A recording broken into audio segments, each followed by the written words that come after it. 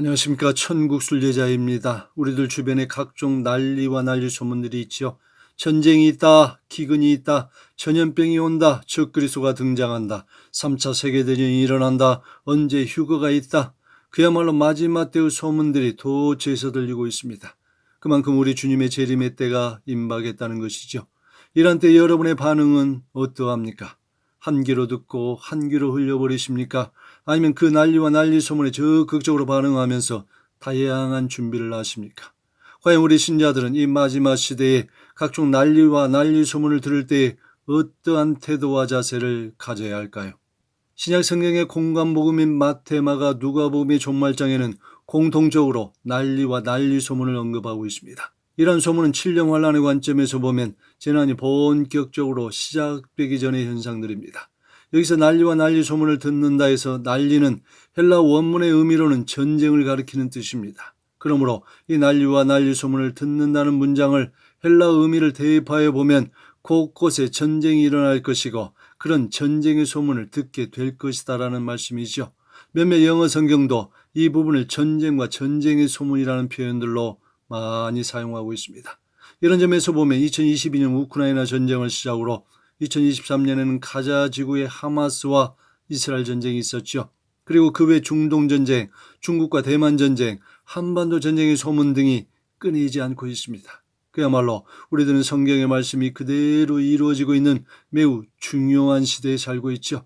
또한 이 난리와 난리 소문은 그 뒤의 문장인 지진이나 기근이나 전염병 등과 연관시켜보면 전쟁에 준하는 혼란과 재앙들을 가져오는 사건들을 의미하기도 합니다.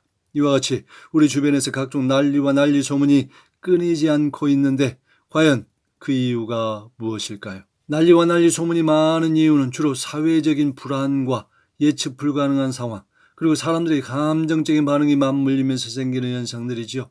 구체적으로 살펴보면 첫째, 성경의 예언이 실현되는 시대에 살고 있기 때문입니다. 앞서 언급한 것처럼 성경에는 마지막 때에 나타난 현상들로 미혹이 많을 것이고 난리와 난리 소문들, 그리고 전쟁과 지진과 기근이 많을 것이라고 예언했습니다.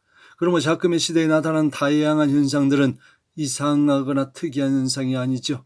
이미 성경에 예언된 내용이며 그 구체적인 실현을 위하여 온 세계가 하나님의 주권 아래에서 퍼즐처럼 짝을 이루어 맞춰지고 있습니다. 둘째, 미디어와 SNS의 영향 때문입니다. 요즘은 누구나 미디어나 SNS를 통하여 쉽게 정보를 퍼뜨릴 수 있죠. 본인이 실시간으로 획득한 정보를 보낼 수도 있고 외부로부터 얻은 정보를 함께 공유하기도 합니다. 이런 과정에서 확인되지 않은 내용과 이야기들도 순식간에 확산이 되죠. 이 때문에 지금 시대에 우리가 자주 경험하는 바와 같이 정치 관련한 뉴스들, 연예계나 경제 관련한 뉴스들도 거짓 정보들이 적지 않습니다. 셋째, 정보와 지식의 부족 때문입니다. 우리가 미디어나 SNS의 영향을 받는 것은 우리 자신이 그런 정보와 지식을 충분히 가지고 있지 않기 때문이죠. 본인이 공식적인 정보와 지식을 가지고 있지 않다 보니 비공식적인 루트를 통해 얻게 되는 검증되지 않은 다양한 정보들을 사실로 받아들이는 경우가 많습니다. 이는 마치 성경 말씀에 대한 바른 이해의 부족으로 이단과 사이비와 같은 비진리의 집단에 미혹되는 것과 비슷한 이치이죠. 넷째, 불확실성에 대한 두려움과 공포 때문입니다. 사람들은 미래에 일어날 일을 확신할 수 없기 때문에 다양한 가설과 추측이 생기고 그것이 소문으로 퍼져나갑니다. 또한 사람들은 불안하거나 분노할 때 그 감정을 표현하기 위하여 자극적인 이야기나 소문에 더 집중하게 되죠. 그리고 그것이 다시 퍼지면서 악순환이 생깁니다. 이런 과정에서 사람들 마음에는 미래에 대한 불안과 두려움과 공포감이 밀려오죠. 다섯째, 호기심과 지나친 관심 때문입니다. 주변에 여러 가지 난리가 났다는 것 자체가 주목을 끌기가 쉽죠. 특히 긴급이나 충격과 같은 어그로를 끄는 메시지에는 더 혹하고 반응합니다. 그래서 사람들은 그와 관련된 내용이나 소문들을 집중적으로 검색하게 되고 거기에서 많은 다양한 정보를 얻죠. 그리고 이때 누가 왜 어떻게와 같은 질문에 대한 답을 찾으려는 지나친 호기심과 관심과 욕구가 작동하다 보면 거기에 깊이 빠지게 되는 것입니다. 그렇다면 왜 사람들은 이러한 다양한 난리와 난리 소문에 미혹될까요? 여기서는 세상 사람들의 관점이 아닌 신자들의 관점에서 살펴보겠습니다. 첫째, 하나님의 말씀보다 감정과 상황에 흔들리기 때문입니다. 지금 우리는 많은 난리와 난리 소문을 듣고 있죠. 그런데 이런 상황 속에 처할 때 성경의 전체적인 교훈은 우리에게 두려워하지 말고 하나님을 신뢰하라고 하십니다. 주님 안에 머물라고 하시죠. 주님께 시선을 두라고 하십니다. 그런데 신자들조차도 극한 상황에서는 본능적으로 두려움의 감정이 앞서게 되고, 그러한 두려운 감정은 불안과 공포를 가져오며 결국 우리가 가지고 있는 믿음을 압도하게 됩니다. 이 상태가 되면 신약 성경에서 무리를 걷던 베드로처럼 갑자기 바다 위의 바람을 보고 무서워서 바닷속으로 빠지는 것과 같이 됩니다. 둘째, 마지막 때에 대한 관심이 잘못된 방향으로 나아가기 때문입니다. 신자로서 말세에 대한 적당한 긴장감과 경각심은 늘 가져야 합니다. 이는 우리의 삶을 균형 있게 하며 이 세상의 풍조에 휩쓸리지 않도록 도와주죠. 그런데 이런 말세에 대한 관심이 지나치게 되면 자극적인 소문과 꿈과 환상과 예언, 그리고 각종 음모론에 심취하게 됩니다. 그리고 그러한 것에 대한 지나친 관심과 심취는 신자로서의 중심을 잃어버리게 하죠. 그래서 난리 소문에 민감한 신자들은 균형 잡힌 삶과 신앙생활에서 점차 멀어지게 되고 미혹의 길로 나아가는 것입니다. 특히 특정 날짜의 종말론과 이러한 유튜브 채널에서 전파되는 각종 꿈과 환상과 예언의 마음을 빼앗기게 되죠. 지금도 이런 것에 미혹되어 곁길로 가는 이들이 적지 않습니다. 셋째, 영적 분별력이 부족하기 때문입니다. 기도와 말씀과 성령의 인도하심을 받지 못할 때 나타나는 현상이 바로 미혹입니다. 특히 성령의 인도하심에 민감하지 못하면 이 세상의 정보나 사람들의 말에 더 의지하게 되고 진짜와 가짜를 구별하지 못합니다. 지금도 인터넷상에서 여러 꿈과 환상과 계시를 말하는 자들이 있고 이것을 여기저기에 퍼나르는 이들이 적지 않죠. 그런데 그러한 것들에는 올바른 것도 있지만 미혹의 것들도 적지 않습니다. 설령 그가 미래에 어떤 일을 정확히 맞추었다 할지라도 그가 하는 다른 예언들이 다 맞을 것이라 생각하는 것은 커다란 착각이죠. 특히 마지막 때와 같은 것은 더더욱 그렇습니다. 왜 그렇습니까? 6천년 인류 역사를 마감하는 시점에서 우리 하나님은 특정한 한 개인에게 모든 것을 다 계시하시지는 않기 때문입니다. 만약 그렇게 되면 그 메신저는 그 계시로 인하여 교만하게 되고 그를 따르는 이들의 열렬한 지지로 인하여 거의 10중 8구는 곁길로 가게 되기 때문입니다. 역사가, 시대가 그것을 수없이 증거하고 있습니다. 넷째, 귀가 가려워 듣기 좋은 말만을 따르기 때문입니다. 디모데후서 4장 3절은 이렇게 말씀하지요. 때가 이르리니 사람이 바른 교훈을 받지 아니하며 귀가 가려워서 자기의 사욕을 따를 스승을 많이 두고, 자금의 마지막 때를 살아가는 신자들을 유심히 관찰해보면 특이한 공통점이 있습니다. 그것은 성경의 원색적인 말씀이 아닌 자신이 듣고 싶은 정보, 자신의 처지와 형편에 맞는 메시지를 쫓아다닌다는 것입니다.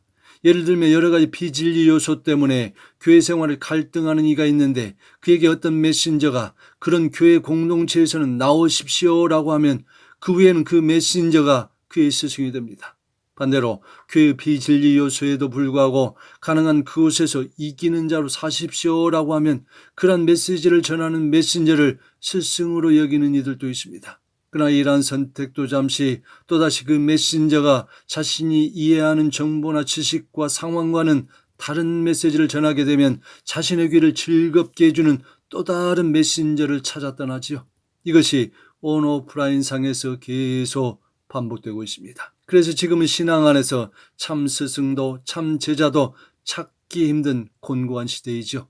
이러므로 참된 스승이신 우리 주님이 어서 오셔야 하는 것입니다. 마지막으로 공동체와의 단절 때문입니다. 시대의 끝자락에서 교회 공동체가 많은 부족함이 드러나다 보니 교회 공동체를 떠난 이들이 많습니다. 물론 각자의 선택은 존중받아야 하죠. 그들 안에도 성령이 계시고 말씀과 기도의 인도하심을 받을 것이기 때문입니다. 그러나 이 경우에 누군가 공동체와 떨어져서 혼자서 신앙생활하고 있을 때는 공동체에 있을 때보다 미혹되기가 더 쉽습니다. 인터넷과 미디어라는 가상 공간에서 각자가 찾은 합당한 목적과 교회를 찾아 말씀을 듣고 예배한다고 하지만 우리네 신앙생활은 골방이 아닌 현장에서 더 온전하고 분명해집니다. 실제로 자신의 생각과 가치관과 신앙생활 양식이 다를 때, 그것이 공동체 안에서 바르게 점검받지 못할 때는 독선과 아집의 곁길로 나갈 위험성이 적지 않죠. 예를 들면 혹자의 꿈이나 메시지에 대하여 누가 뭐뭐 하더라는 것에 대하여 점검을 받아야 하는데, 홀로 있는 이들은 누군가 그 말을 전하면 그것을 진실로 믿을 확률이 대단히 높습니다.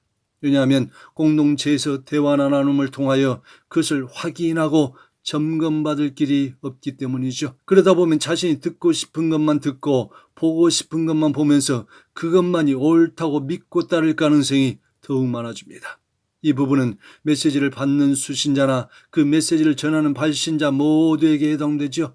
그러므로 메신저나 그 메시지를 받은 수신자가 공동체 안에 있지 않은 경우는 둘 다 한쪽으로 치우칠 확률이 대단히 많기 때문에 위험한 것입니다. 그런데 요즘 시대의 신자들은 대부분 이런 것에 큰 비중을 두지 않습니다. 그저 자기 소견에 옳은 대로 행동하는 방식이 그의 생활 습관에 거의 고착화되어지고 있기 때문입니다. 그렇다면 다양한 난리와 난리 소문이 넘쳐나는 작금의 때, 그래서 각종 미혹이 많아 곁길로 가는 이들이 많은 이때 우리 믿음의 백성들은 어떻게 대처하며 살아야 할까요? 첫째, 하나님의 말씀에 근거한 분별이 필요합니다. 마태복음 24장 6절에서 우리 주님은 다음과 같이 말씀하시지요. 난리와 난리 소문을 듣겠으나 너희는 삼가 두려워하지 말라. 이런 일이 있어야 하되 아직 끝은 아니니라. 난리와 난리 소문이 딴 세상의 이야기가 아닙니다. 바로 예수님의 이 말씀 이후 2000년 가까이 흐른 지금 난리와 난리 소문이 그 강도를 더해가고 있죠. 그런데 이런 상황 속에 처할 때 우리 주님께서 하신 말씀이 두려워하지 말라고 하십니다. 요한복음 14장 27절에도 보혜사 성령을 약속하시면서 우리 주님은 너희는 마음에 근심하지도 말고 두려워하지도 말라고 하시죠. 우리 믿음의 대상은 이 세상이 아니라 하나님이시기 때문에 세상의 소문이 아닌 하나님의 말씀에 중심을 두어야 합니다. 그래서 하나님의 말씀 위에 우리 자신을 세우고 감정과 상황에 흔들리지 말고 두려움을 떨쳐야 하죠. 소문은 자극적이지만 하나님의 말씀은 흔들리지 않고 영원히 변하지 않기 때문입니다. 이제 두려움과 염려 대신 믿음을 선택해야 합니다. 난리와 난리 소문은 우리의 감정을 흔들고 마음의 불안과 염려를 가져다 주죠. 그런데 이때 우리가 주님에 대한 신뢰를 가지고 있다면 두려움은 떠나갈 것입니다.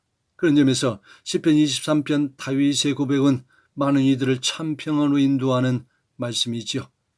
여호와는 나의 목자시니 내게 부족함이 없으리로다.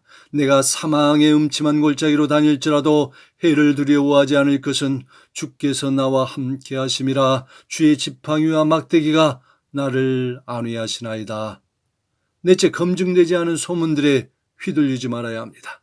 오늘날 우리 주변에 많은 정보와 꿈과 환상과 예언과 주장들이 있습니다. 그러나 그 모든 것이 진리는 아니죠. 신자들은 귀가 아닌 영으로 분별해야 하는데요. 요한일서 4장 1절의 말씀처럼 영들을 다 믿지 말고 그 영들이 하나님께 속하였나 사탄의 미혹인가 아니면 세상에 속하였나를 분별해야 합니다. 심지어 어떤 선지자나 꿈꾸는 자가 이적과 기사를 보일지라도 그것을 따라가는 것은 위험하다고 신명기 13장 3절은 분명히 말씀하고 있습니다. 너는 그 선지자나 꿈꾸는 자의 말을 청종하지 말라. 이는 너희의 하나님 여호와께서 너희가 마음을 다하고 뜻을 다하여 너희 하나님 여호와를 사랑하는 여부를 알려하사 너희를 시험하심이니라. 검증되지 않은 소문들, 그리고 특정인의 꿈과 환상, 그리고 이적과 기사를 자꾸 따라가다 보면 우리의 영이 하나님보다 그 검증되지 않은 바로 그 대상을 더 의지하게 됩니다. 그러면 그 의지하는 대상이 우상이 되어지고 신앙의 우선순위에서 우리 하나님은 후순위로 밀리게 되죠. 그것이 바로 성경에 수없이 경계하는 미혹으로 가는 지름길입니다. 마지막으로 공동체 안에서 소통하며 분별해야 합니다. 혼자 있으면 누구나 쉽게 미혹됩니다. 그러나 공동체는 하나님의 보호막이 되죠. 건강한 공동체와 리더들의 지도 아래 함께 분별하고 예배하고 기도하는 곳에는 어떤 난리와 난리 소문에도 의연합니다. 하나님이 그 공동체를 보호하시고 그 공동체의 리더십과 지체들을 선하고 아름답게 인도해 주시기 때문이죠. 물론 그 공동체가 건강해야 한다는 전제가 있습니다. 그러나 이 땅에서 온전한 교회 공동체는 없다는 사실을 인지해야지요.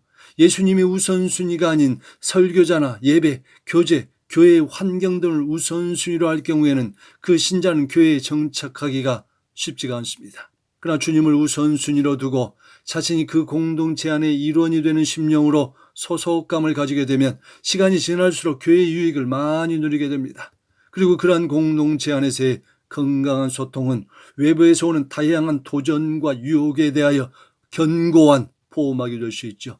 그래서 전도서 4장 12절의 말씀은 복음을 막론하고 불변의 진리가 됩니다. 한 사람이면 패하겠거니와 두 사람이면 맞설 수 있나니 세 겹줄은 쉽게 끊어지지 아니하느니라. 여러분, 이 세상은 계속해서 소란하고 불확실할 것입니다. 시간이 지날수록 많은 난리와 난리 소문이 넘칠 것입니다. 지금도 외국의 몇몇 채널들에서는 각종 긴박한 난리와 난리 소문들, 휴거 소식들이 넘쳐나고 있습니다. 이런 소문들의 미혹도 넘쳐나고 있죠.